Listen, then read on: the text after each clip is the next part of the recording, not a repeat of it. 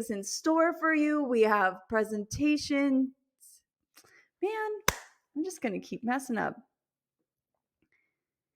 Welcome to season 7 of A Step Forward. This season is going to be absolutely amazing. We have lots of presenters coming in to share more about themselves. We have also some really cool insights that I'm going to be sharing throughout the year. And really, it's going to be a lot of fun, but I have a lot to fill you in on. I don't know if you remember this, but I stopped podcasting in like March, April, because I realized that our podcast was a great vitamin, but people needed pain pills. I want to be where you are. And so we are doing that by hosting YouTube videos. This podcast will also be available on YouTube, and we're going to cut this into shorter clips so that way you can get the most important parts on the go when you need us. As you're like searching for the answer, I want to have it there for you instead of having to just listen to a podcast and that be the only way that you have access to this information, because it's so good. It's like gold, but we want to get it to you in a way that makes sense for you. So today, not only am I going to share how you can make 2024-2025 school year the most successful year yet, we're also going to be sharing some of my predictions for the new school year, and I'll be sharing where I have been. So let's just start off with the positive, the personal, where I have been. At the end of last school year, I found myself, like most other people, in that IEP evaluation time, and I was in over my head. And I had a few choices. I could stay committed to the things I was committed to, and I could keep doing things the way that I had been doing them and burn out, or I could drop some things that I didn't feel enlivened by at that time. And that was the podcast.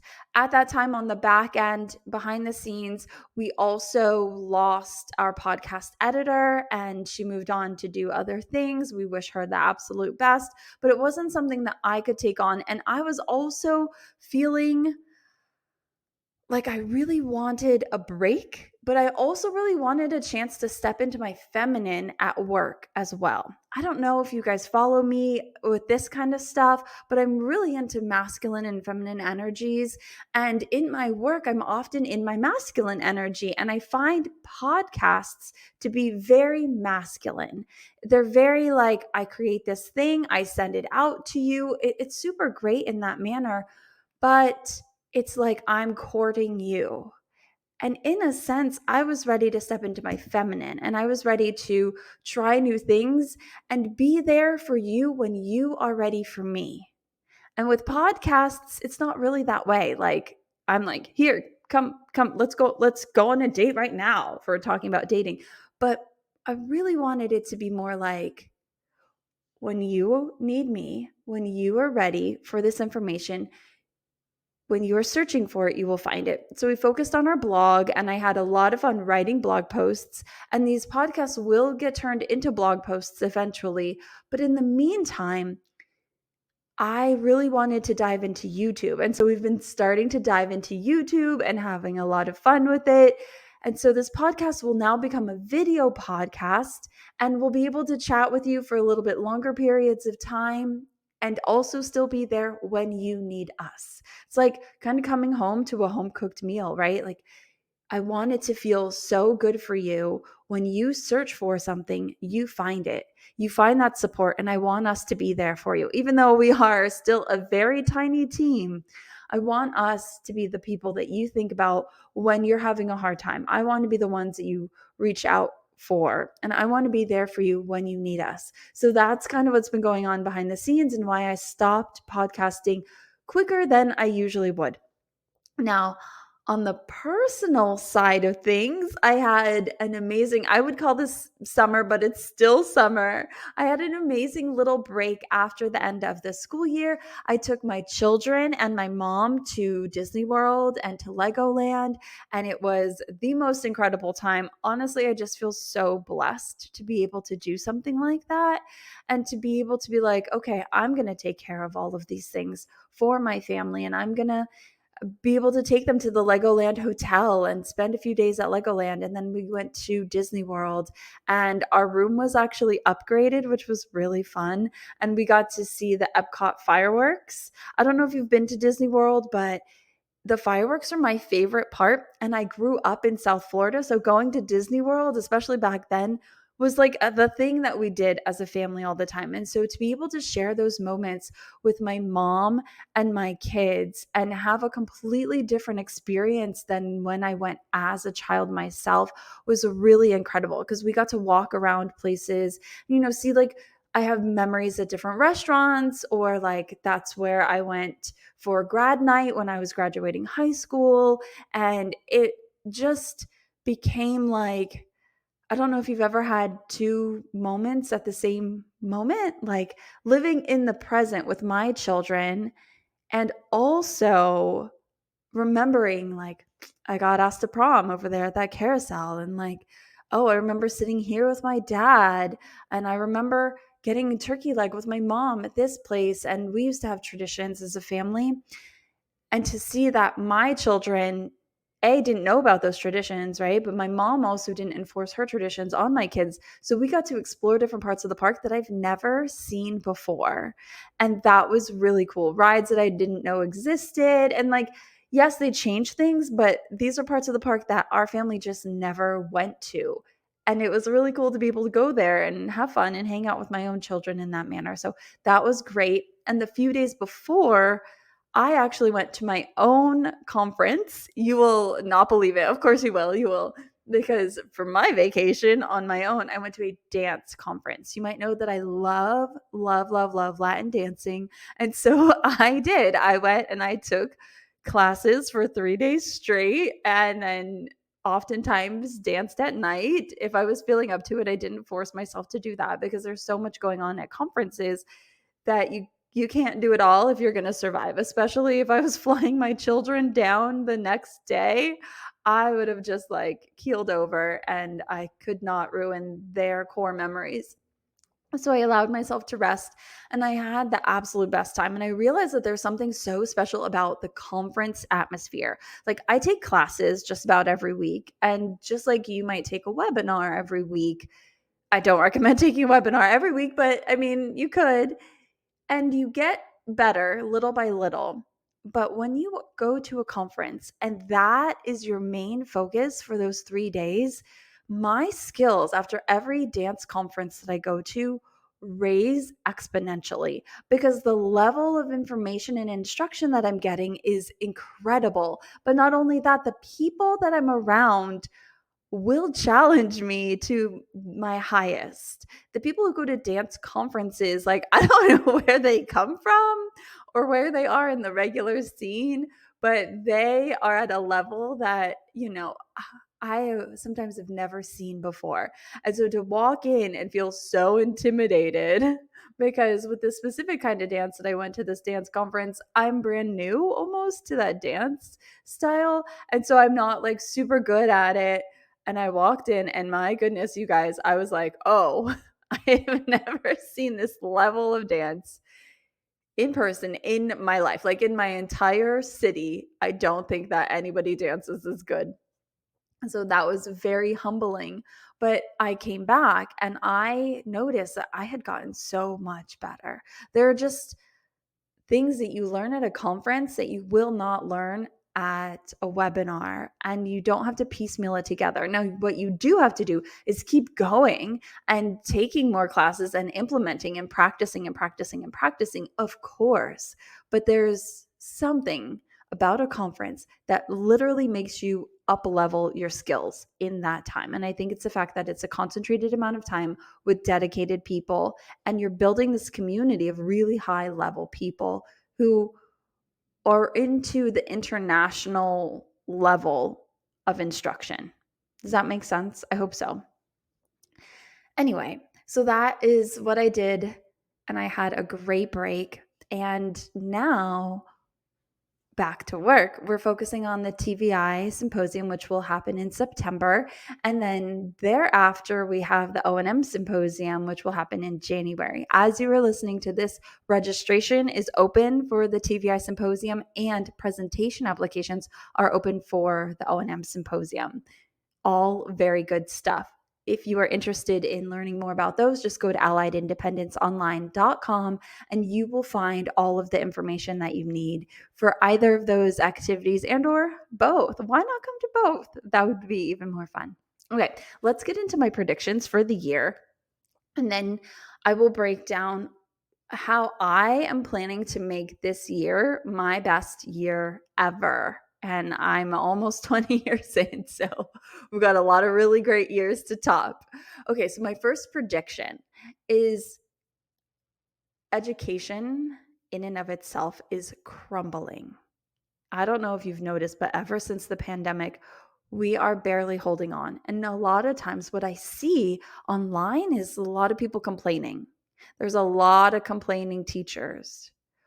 But the thing is, if you really look, you will see teachers doing amazing things. And I think we're going to kind of separate out into the teachers who are jaded and overwhelmed and the teachers who are dedicated and doing amazing things, the impactful ones. And we're going to start to separate ourselves out a little bit. And you're going to have to choose which camp you're going to be on. Are you going to continue to complain about things but not change them? Are you going to continue to not be happy in your job but keep doing things the way that you have been doing them? Or are you going to choose to be an impactful teacher and not stay late at work so that way you can have a personal life, or do things in a different way, or step into that leadership role, or become an expert in a certain area? You have that choice. And I think what's interesting about social media, about especially the teaching area and social media, is that a lot of us are complaining and nobody's doing anything about it. And if we continue to do that, then it's just going to get worse little by little without getting better. But with education in itself crumbling, so is our national organization. I don't know if you're keeping on top of the drama. I'm not even going to share anything because I have zero perspectives on it. All I know is that when one door closes, a better one opens. And the way that we've been doing things for the past 30 years has come to a head. It's not working. There are some things that are great that are working, but there are some things within our profession that have not been working for a really long time. And the people who want to keep it that way are starting to leave. And I think that that's a really good thing, because what we found, at least what I have found in this profession, is that it's so small. And I love every single one of you guys who are in this profession, but we have people who say, quote unquote, we've always done it this way. And then we'll also say it's not working, but they don't change it. You know, it's a systemic thing. It's really hard to get down to the root of how to fix the things that aren't working. And I have been having conversations and I've been trying. I'm not putting any blame on any one person, right? And I'm also taking all of this responsibility on myself as well to stand up and make changes. But I will say that when younger people have new ideas, we are often shot down by older generations. And so if you're in the older generation, I'm going to highly encourage you, when a new person comes up with an idea and you think it's preposterous, do everything in your power to keep your mouth shut and let them chase it. Because what is happening is, I was in a lot of conversations at VSA, Vision Serve Alliance conference, and we heard from CEOs left and right, there's a lack of leadership in this field. There's a lack of new leadership coming up. And that has happened because the younger generation has been squashed on. And I will be very frank about this.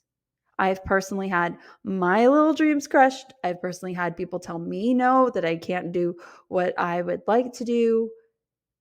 And I'm sure that many other people have had the same things. A lot of other people don't have the same tenacity, and I don't care what you think attitude that I've had to earn, because I used to care what other people thought a lot. So the first prediction is I think we're going to continue to crumble for the next few years. But with that, the second thing is we're going to start to see new leadership and new experts emerge. I separate out leaders from experts in that experts are the ones who are doing a lot of presentations. They're the ones who are really honing their skills. Maybe they're doing studies. Maybe they are going to present all over the world. Those are experts. Leaders are the ones on the back end that you may not see, you may not know. Like I just met the president of APH, amazing, amazing, amazing man. I didn't know his name before, but he is an incredible leader.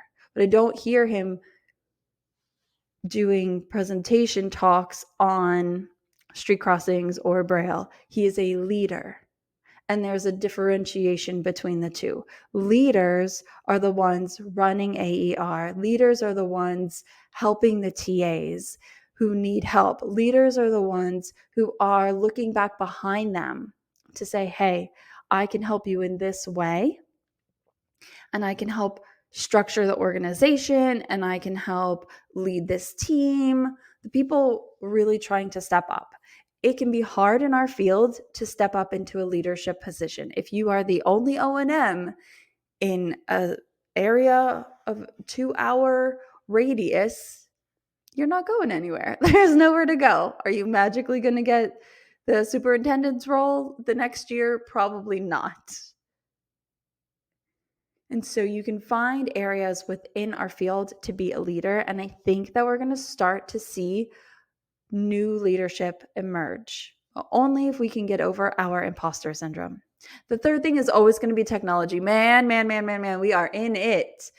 Every time I turn around, there is new technology coming out, and it is absolutely fascinating. I have found myself to be less technological in my teaching, more in my personal life, but less in my teaching because my students just don't grasp it. And the concepts go way above their head and they don't really need it. It just ends up being another layer, and then they get confused. And I'm like, you don't even know where north is right now. Like, turn off the phone. Just turn it all off because we're going back down to basics, okay? And so I don't end up using a lot of that technology. And so you don't really see that much of it here within Allied, but there's a lot coming out. And I think you should keep your eyes open, keep your ears peeled, look up new apps that are coming out, and get to learn the basics of how the apps work. And then beyond that, you can help your learners to be able to practice them by allowing them to practice with it and giving them time and space, and maybe they can teach you. I think one of my next predictions is that as a field, we are all collectively going to start coming together as community much more, because I think that we're starting to understand that being on a lonely island by ourselves really impacts our mental health. And as much as we have friends outside of our workspace, it's really nice when people understand what you do. Like when I can talk with somebody who understands O&M or who understands being a VI specialist, and they get what it's like to have learners that I've had, it is so refreshing. I can't tell you how much that impacts my mental health. And so I make sure to have a group of friends that I can reach out to at any time. But if you don't, I think that that's just so valuable. So stepping into how can you have the absolute best year ever, even if you and I don't ever talk again. I'm not plugging anything for you to have to do. I'm not going to say like you have to attend this conference because I put it on. No, I think if we start to slow down and understand that hustle mode has a place, but it's burning us all out, we can start to really focus on our priorities. And I would say the number one thing that you can do is realize that time is not found. Time is made. I'll repeat that for you. Time is made. It is not found. We wake up in the morning. It's summertime. We wake up and we have so many allotted minutes in our day. And if we don't budget that time, it can slip away from us. I mean, I have just watched 3 Netflix entire series in a row. It was amazing, and spent way too much time scrolling on Instagram. Also amazing. But when you can focus your time and your energy and your attention on things that are going to make you better, you will become so much better. But if you don't, and if you are careless with your time, you will end up spinning around in a circle and realizing every fall, oh, I'm in the same place. Oh, my skills didn't get much better. Oh, I'm not that much better of a teacher. Oh, I needed to have done this, this, and this. How much time are you going to let slip by before you really focus it? Just like you budget your money, budgeting your time and figuring out what are your top priorities. Hopefully you budget your money every month and you say, okay, I have to do XYZ. I have to put my money, I have to pay my mortgage or my rent. I have to pay my car bill. I have to buy groceries. And then after that, what are my priorities? And that's what I want you to do with your time, because time is actually more precious than money. There are over 1,700 millionaires born every single day in the United States. Not born, made, became, whatever you call it. And granted, with the trajectory of our salaries, millionairehood may or may not happen for us within our teaching career. You can make it happen elsewhere. You absolutely can. In your teaching career, maybe not. But just like you would budget your money, you budget your time, because we can't just get a side gig for our time and make more time back. We have to be very conscientious of it. So I think if you know what your priorities are and you use your time wisely, then you will get there faster. The second thing that I am going to be focusing on, and I highly encourage you to do as well, is to join the conversation. This is something that I used to really struggle with. And in my DMs, and when we're talking to people who don't know if they want to present, they do know if they want to present, they're just scared. It's just imposter syndrome. I just want to remind you that you are just joining the conversation. Maybe it means that you sign up for a planning committee.